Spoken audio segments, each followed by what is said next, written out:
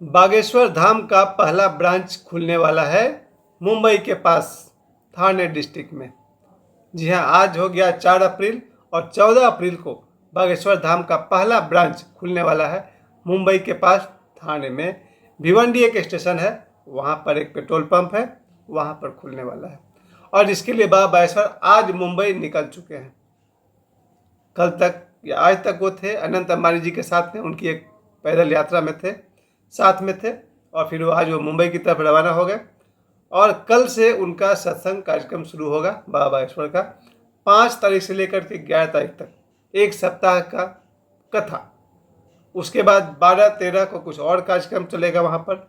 14 अप्रैल doctor Bhimrao Ambedkar साहब के जन्मदिन के दिन ही संयोगवश प्राण प्रतिष्ठा होगा बागेश्वर बालाजी का।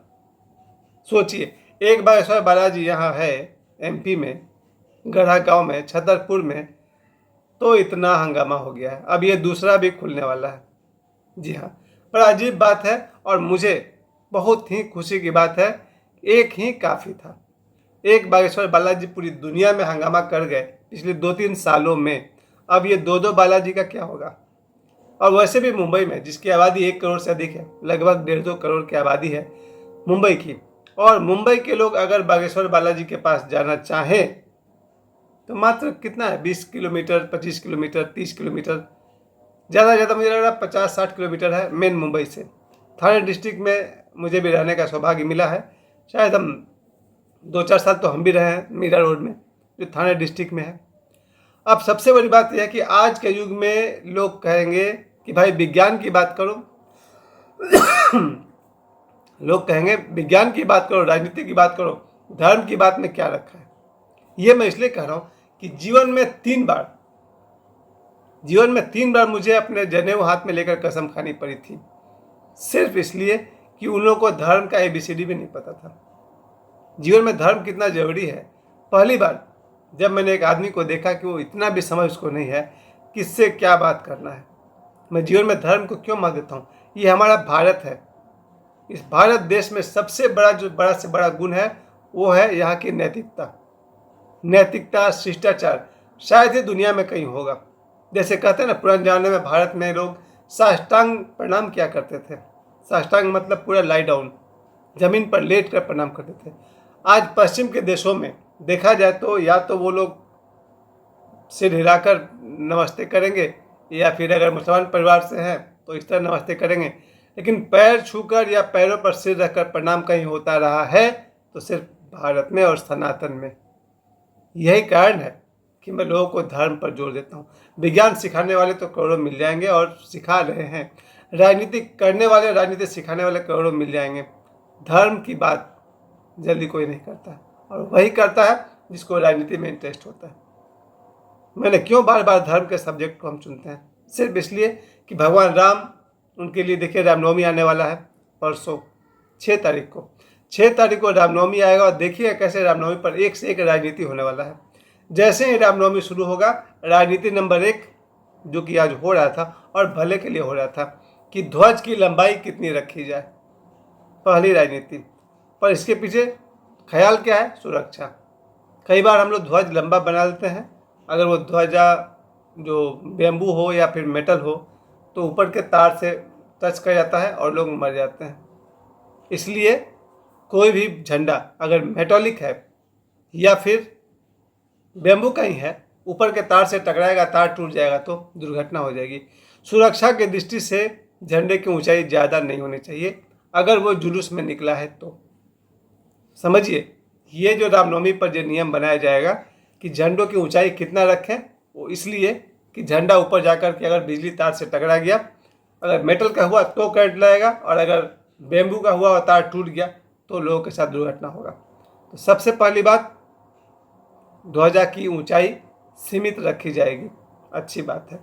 दूसरा जो राजनीति होने वाला है, और बिल्कुल ना हो तो बहुत अच्छा, कि रामनवमी के जुलूस पर फिर पत्थर फेंके गए तो निश्चिंत रहिए, जो नहीं हो रहा उस पर बोल करके समय किसी का खराब नहीं करना है, नहीं फेंका जाएगा। क्योंकि मैंने पिछले 2 दिन पहले मैंने अपने एक वीडियो में कहा था, जब हजारीबाग के जुलूस में पत्थर फेंकने वाली खबर मैंने पढ़ी थी अखबार में, तो उसमें समझ में आ रहा था कि कोई सनातनियों का जुलूस जा रहा है, तो आपको क्या ज़रूरत है पत्थर फेंकने की, ये बात लोगों को समझ में आ गई होगी। इसलिए रामनवमी में इस बार जहाँ कहीं भी जुलूस निकलेगा, कोई भी पत्थर नहीं फेंकेगा, इसके लिए निश्चित रहिए। तो ये जो 2 दिन बाद भगवान राम का जन्म का अवसर आ रहा है, रामनवमी, भाई मुझे भी अपने घर के लिए बिगेस्ट फ्लैग लेना है, बड़ा से बड़ा ध्वजा हमको लेना है, 2 फीट 3 फीट 6 फीट जो पॉसिबल हुआ। क्योंकि बाबा बागेश्वर बहुत सुंदर बात एक समझाते हैं कि अपने घर के ऊपर एक हनुमान जी का बहुत बढ़िया झंडा लगाओ। तो मैं तो मार्केट में देख आया हूँ, 3 फुट से ऊपर का तो झंडा ध्वजा जरूर होना चाहिए। उसमें बैम्बू कितना बड़ा होगा देखेंगे, 10 15 20 फीट जो संभव होगा। तो अपने अपने घरों में जो भी सनातनी भाई हैं वो हनुमान जी का झंडा लगाने वाले हैं। क्योंकि गीता में एक बहुत बढ़िया स्मरण आता है कि गीता में भगवान कृष्ण जिस रथ पर चल रहे थे, उस रथ के ध्वजा पर हनुमान जी विराजमान थे। महाभारत की लड़ाई में हनुमान जी का योगदान है। जिस रथ पर अर्जुन बैठे हुए थे, जिसको भगवान कृष्ण चला रहे थे, उस रथ के ऊपर जो ध्वजा है वो हनुमान जी का है, उसमें हनुमान जी विराजमान है। इसलिए जब युद्ध समाप्त होता है तो अर्जुन कहते हैं भगवान कृष्ण से, भगवान आप उतरिए। अर्जुन कहते हैं नहीं, भगवान कृष्ण कहते हैं नहीं अर्जुन, पहले तुम उतरो। अर्जुन कहते हैं भाई मैं तो राजा हूँ, मैं क्यों पहले उतरूंगा, पहले आप उतरिए। कृष्ण ने कहा जैसा कह रहा हूँ वैसा करो पार्थ। तो फिर अर्जुन ने अपने गुरुदेव और भगवान कृष्ण की बात मान ली और अर्जुन उतर गए।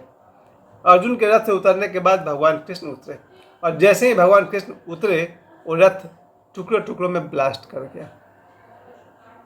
अर्जुन हैरान होकर पूछते हैं भगवान कृष्ण से, ये क्या है प्रभु?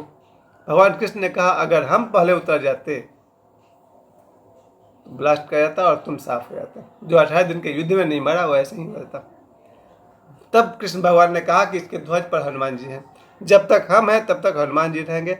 हम हट गए, हनुमान जी चले गए, हनुमान जी चले गए, ब्लास्ट कर गया। क्योंकि इस रथ पर बहुत सारे दिव्यास्त्र से प्रहार किया गया है, अनेकों वीर योद्धाओं ने इस पर प्रहार किया है। तो ये हनुमान जी की भूमिका है महाभारत के युद्ध में। उन्हीं हनुमान जी की सनातनी के घर में पूजा होने वाली है परसों 6 तारीख को। 6 तारीख को रामनवमी में हम सभी सनातनी अपने अपने घर में पूजा करेंगे। बजरंग बली की पूजा होगी, भगवान राम का जन्मोत्सव मनाया जाएगा। और अभी देखिए मैं दुर्गा पूजा घूमते हुए आ रहा हूँ। लोकोभर में दुर्गा पूजा मनाया जाता है। आज सप्तमी है, कल अष्टमी रहेगा, परसों रामनवमी। और रामनवमी के लिए यहाँ पाथरडी में जितने भी यहाँ पर हैं बजरंग दल हैं, विश्व सनातन मंच है, वहाँ मुझे आमंत्रित भी किया गया है। परसों 6 तारीख को मुझे जाना भी है, विश्व सनातन मंच की तरफ से आमंत्रण है। और आमंत्रण नहीं भी होता तो भी मैं पहुँच जाता। जहाँ जहाँ राम काज है वहाँ वहाँ मैं भी उपस्थित हूँ। तो प्यारे दोस्तों, बागेश्वर धाम का जो सबसे बड़ा महिमा है वो यही है कि वो बाबा बागेश्वर के दादाजी, जिनको वो दादा गुरु कहते हैं, उनकी तपोस्थली है। और उन दादा गुरु के दादाजी सन्यासी बाबा की तपोस्थली है। उनकी तपस्या से 1.25 करोड़ बार हनुमान चालीसा के जप करने से हनुमान जी प्रसन्न होकर वहाँ प्रकट हुए थे। तो बागेश्वर धाम एक ऐसा जगह है जहाँ स्वयं हनुमान जी प्रकट हुए थे और उन्होंने अपनी तरफ से वरदान दिया था कि यहाँ जो कोई भी आएगा उसकी कोई इच्छा होगी पूरा करने योग्य होगी तो कर दी जाएगी। मैं स्वयं वहाँ जा कर के आया हूँ।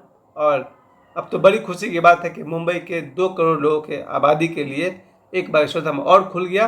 मुंबई के पास भिवंडी में एक पेट्रोल पंप है, वहाँ पर खुल रहा है।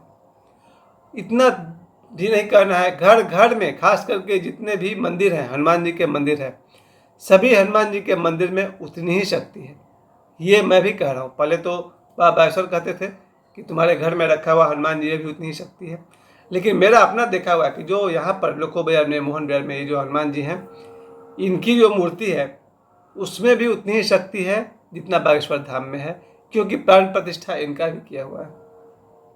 प्राण प्रतिष्ठा किया हुआ मूर्ति को छूने के कारण मेरी तबीयत भी खराब होने लगी थी, क्योंकि उसमें जो तेज होता है उसको आदमी झेल नहीं सकता है। तो मैं सावधान हो गया और अब मैं मूर्ति को दूर से प्रणाम करता हूँ। 1-2 फुट दूर से रहेंगे, स्पर्श नहीं करते हैं। और मैं ये तो राय भी दूंगा, कृपया हनुमान जी की मूर्ति को स्पर्श नहीं करें, उसमें शक्ति है, तेज है जिसे आम आदमी झेल नहीं पाएगा। तो मैं तो बीमार पड़ा, तब से मैंने हनुमान जी को 1 फुट दूर से सही हाथ जोड़ लेते हैं, और बिल्कुल फ्रंट से नहीं आना चाहिए, थोड़ा एंगल बना करके हनुमान जी को प्रणाम करना चाहिए। तो जितना बागेश्वर धाम के हनुमान जी में शक्ति है, वैसी ही शक्ति मुंबई में जो उनका ब्रांच खुलने वाला है वहाँ भी वही शक्ति है। और हर मंदिर में जहाँ जहाँ हनुमान जी दिखाई पड़ रहे हैं उनमें भी वही शक्ति है। और जैसे वाशी में पंचमुखी हनुमान जी हैं उनमें भी वही शक्ति है। अंततः हमारे घर में जो हनुमान जी के कैलेंडर है, फोटो है, वहाँ भी शक्ति है, क्योंकि जहाँ प्रेम है वहाँ प्राण प्रतिष्ठा हो ही गया। तो चलिए मुंबई वासियों, आपके लिए खुशखबरी, मुंबई में खुलने जा रहा है बागेश्वर धाम का पहला ब्रांच। जय श्री राम।